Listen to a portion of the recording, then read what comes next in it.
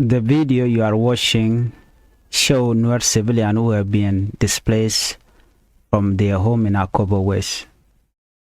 Their home were burned by the government under President Salva Kiir Mayardit. These families say they were forced to flee after violence involving the South Sudan People Defense Forces, SSPDF. According to local sources, at least 22 women and 3 men were killed during the incident. Community members described the situation as terrifying. Survivors say they had no choice but to leave everything behind and run for safety. Now, many of these civilians are hiding in remote areas where they believe they may be safer. These locations are difficult to reach. There are no proper roads, no health service, and very limited access to food or clean water, as you can see in this video. The video shows mothers carrying babies on their back. Children walk beside them, tired and afraid. Some families carry a small bag with the few belongings they manage to save. Others live with nothing. Many of these people have already lost home, livestock, and personal property. Some have lost family members. The emotional pain is clear on their faces. Despite the serious humanitarian situation, community members say there has been little or no humanitarian assistance reaching them. Aid organizations often face challenges accessing conflict areas, especially where security risks are high. The government of South Sudan, led by President Salva Kiir Mayardit, has not yet released an official detailed statement addressing the specific allegation from Akobo West. However, residents say they feel unprotected and unheard. Civilians in conflict zones often suffer the most. Women, children, and the elderly are usually the most vulnerable. When violence breaks out, they are the ones forced to run, often without food, shelter, or medical care. Humanitarian access is urgently needed in these areas. Displaced families require food assistance is needed. Clean drinking water is needed. Medical treatment, protection from further violence, and safe shelter. The international community has repeatedly emphasized that civilians must be protected at all times, regardless of political or military conflict. The situation in Akobo West highlights the ongoing challenges facing many communities in South Sudan: years of instability, intercommunal fighting, and army clashes continue to displace innocent people. For the families shown in this video, survival is the immediate priority. They are searching for safety, even if it means walking long distance into isolated areas. Their hope is simple: to live without fear and to protect their children.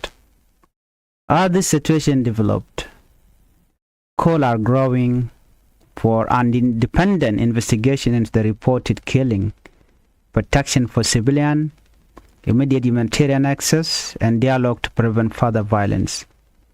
The suffering of ordinary people should never be ignored. Behind every number is a human story: a mother, a child, a father, and family. Why the release of Dr. Riek Machar matter for peace in South Sudan? South Sudan is once again facing rising tension, insecurity, and fear among civilians. Many communities are worried about continued violence. Many families, many communities are worried about continued violence and political instability. In this situation, many citizens and observers believe that the release of first by President Dr. Riek Machar is very important for the future of peace in the country. Dr. Riek Machar, leader of the opposition movement and first by President of South Sudan, has long been a central figure in the country's political landscape. Whether people support him or not, his role in the peace process cannot be ignored. Today, voices from across Africa are calling for calm, dialogue, and political solution in a state of violence. Recently, a respected African leader, including Nigeria and South Africa President Cyril Ramaphosa, have emphasized the importance of stability and peaceful dialogue in South Sudan warring parties. Their message is simple: political disagreement must not turn into violence. Civilians must be protected. Leaders must return to dialogue. These calls are not interference. They are appeal from fellow African nations who understand the every cause of conflict. Both Nigeria and South Africa have experienced long struggle in their own stories, and they know that lasting peace only comes through dialogue and compromise. Their voices carry weight on the African continent. That is why many believe President Salva Kiir should carefully listen to this call. The peace agreement that ended large-scale civil war in South Sudan depends on cooperation between political leaders, including President Kiir and Dr. Riek Machar. When key leaders are restricted or removed from the political process, it can increase tension among their supporters, create uncertainty within security forces, slow down implementation of peace agreement, and fuel remorse and fear across communities. Dr. Riek Machar release would send a strong signal that political solutions are still possible. It would show commitment to dialogue instead of confrontation. It would reassure citizens who are worried about return to full conflict. Reports from different regions of South Sudan have raised serious concern about civilian safety. Communities in some areas claim they are targeted during military operation. This allegation must be independently investigated. No government should allow civilians to suffer. Women, children, and elderly people are often the first victim. When violence increases, displacement grows, anger spread, school close, health service collapse. Stopping violence is not only a political decision, it is a moral responsibility. If political tension continues without dialogue, civilians may continue to pay the price. South Sudan is still a young nation. It regained independence in 2011 with hope and celebration, but the year of internal conflict have slowed development. The country needs economic recovery, security sector reform, a strong institution, and reconciliation between communities. Continued political rivalry without cooperation threatens all of this progress. Investor hesitate, humanitarian need increase, young people lose hope. Peace requires participation from all major political actors. Excluding key figures like First Vice President Dr. Machar weaken the foundation of the peace process. When leaders like President Ramaphosa speak, they represent more than just their own countries. They represent regional concern.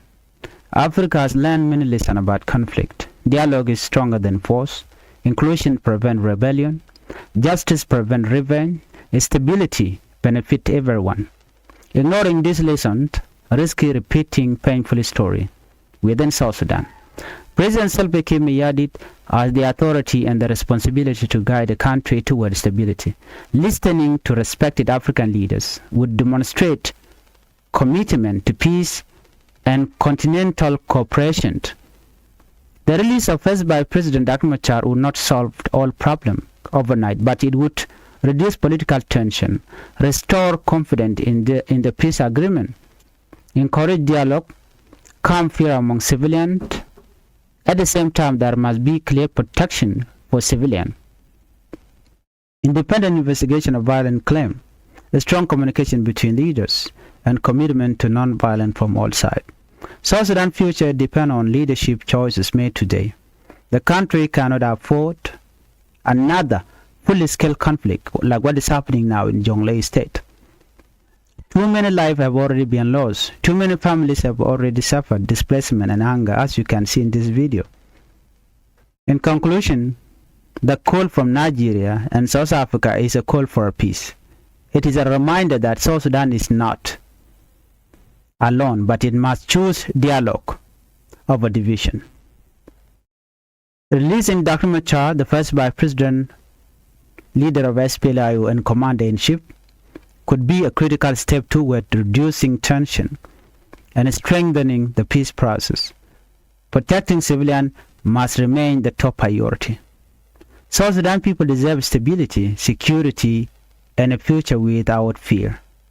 The time for calm leadership and responsible action is now. What you are seeing in this video are the result of the tension between the SSPDF and the SPLIO.